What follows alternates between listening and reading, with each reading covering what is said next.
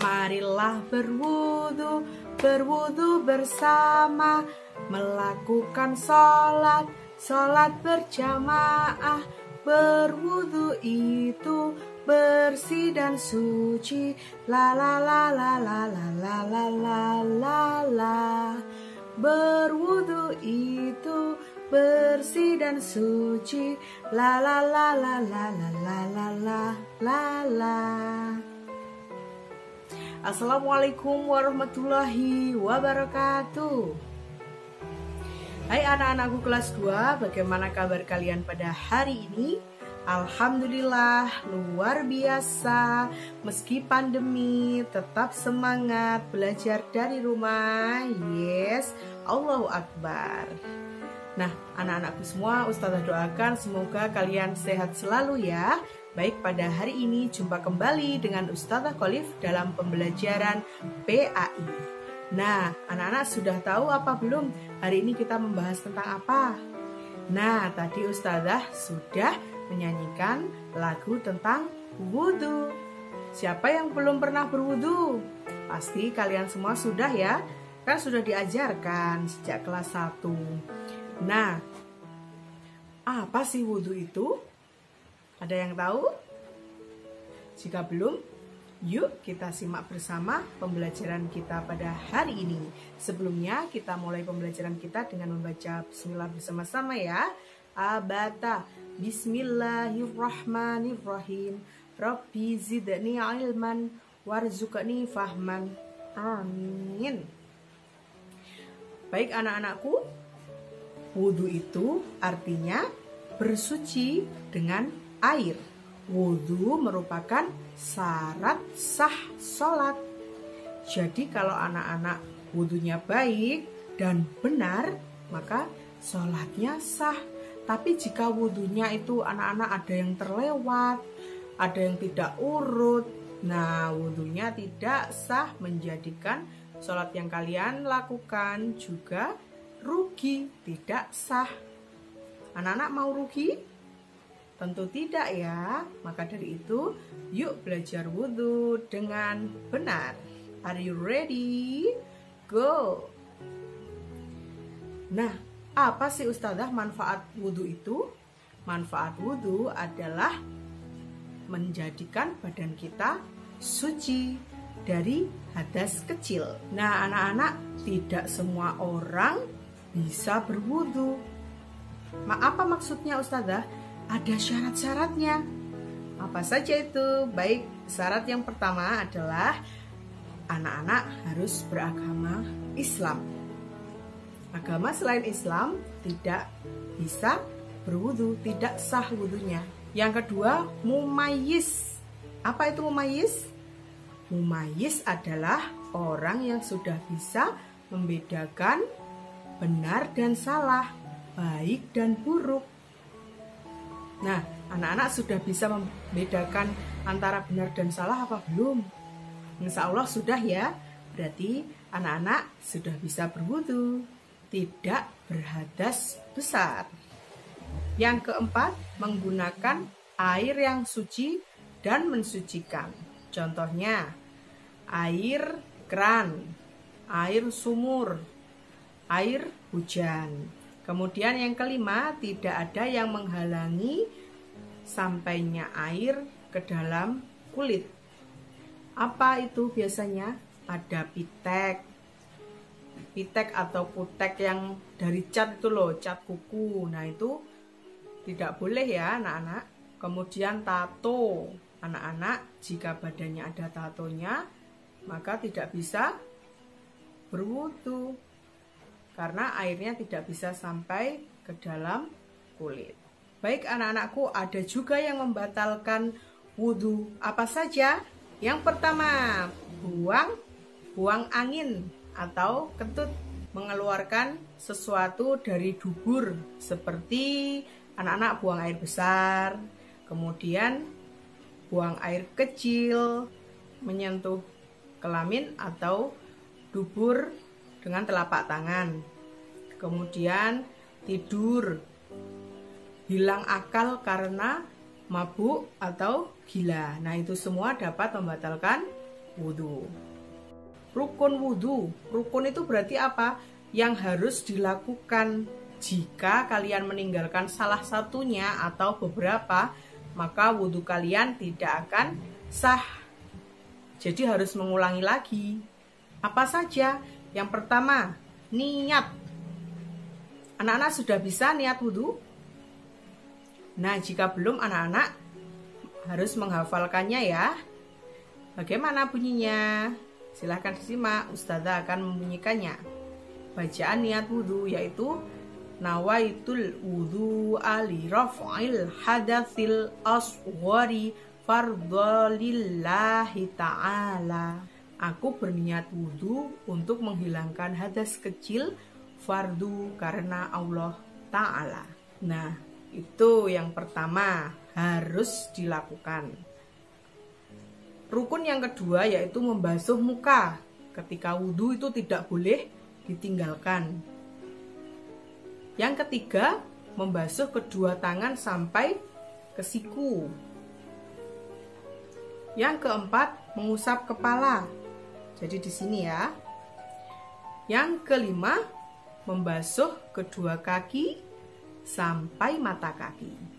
Yang keenam, mengerjakan gerakan secara berurutan atau tertib.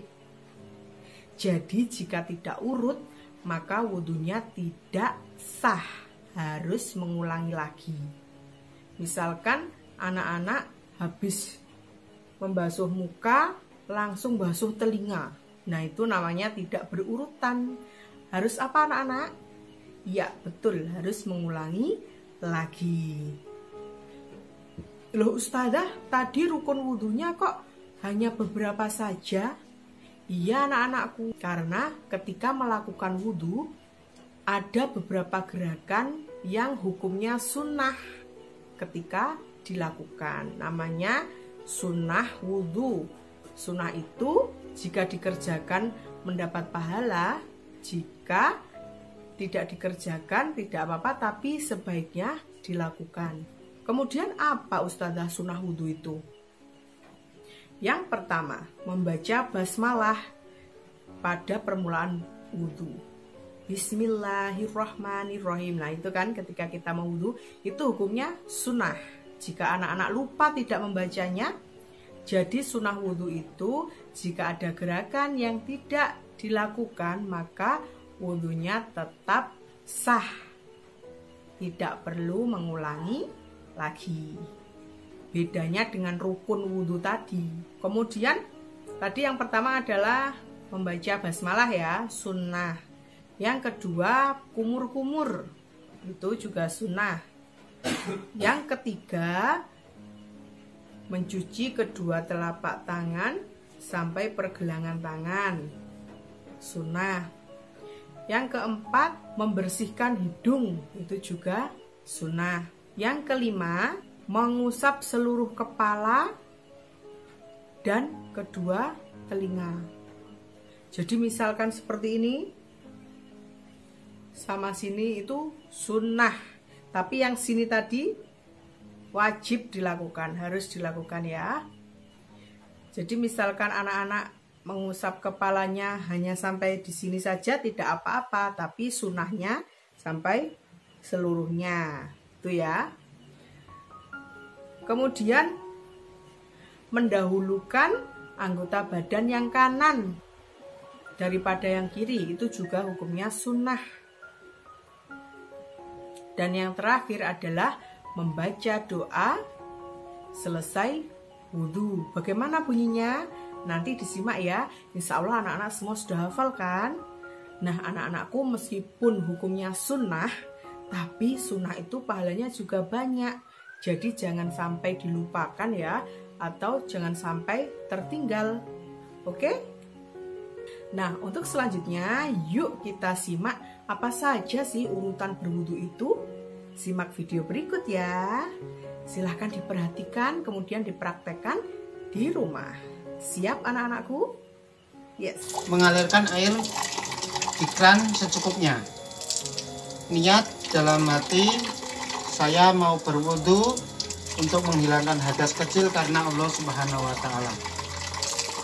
Kemudian yang pertama adalah membasuh kedua telapak tangan sebanyak 3 kali dan membersihkan jari-jari atau sela-sela jari-jari sebanyak 3 kali sambil mengucapkan Bismillahirrahmanirrahim.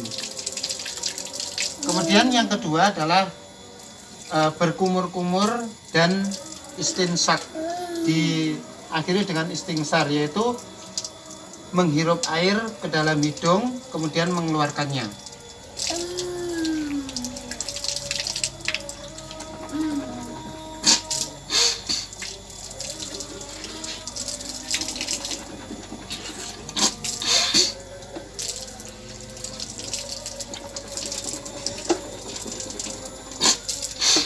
Lakukan sebanyak 3 kali.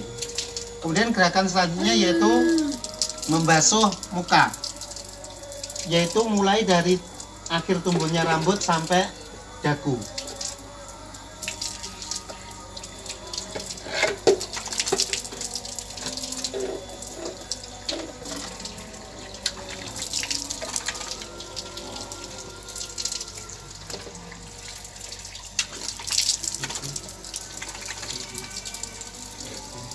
Lakukan sebanyak 3 kali. Gerakan selanjutnya yaitu membasuh kedua tangan sampai siku.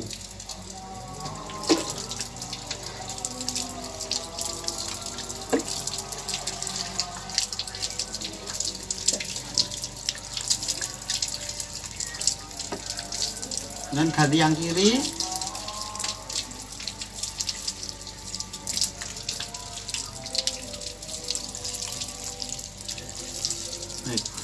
Gerakan selanjutnya yaitu mengusap kepala atau seluruh kepala, kemudian mengusap kedua telinga.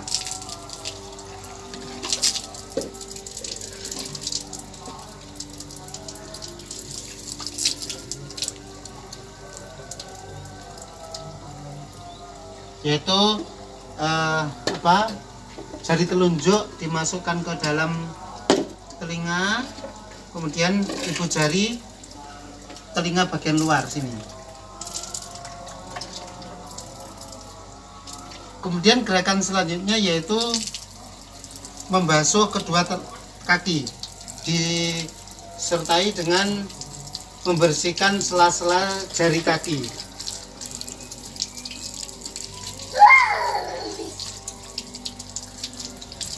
Kaki kanan dahulu sebanyak 3 kali, kemudian kaki kiri sebanyak 3 kali.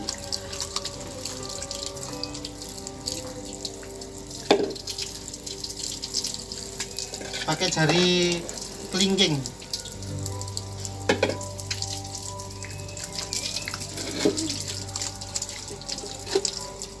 Baik, nah, sudah selesai, kita berdoa. Doa sesudah wudhu. Asyhadu an la ilaha illallah wahdahu la syarikalah wa asyhadu anna Muhammadan abduhu wa rasuluh. Allahumma ij'alni minat tawwabina waj'alni minal mutatahhirin waj'alni min ibadikas sholihin. Nah, itu tadi anak-anakku pembelajaran kita pada hari ini tentang wudhu.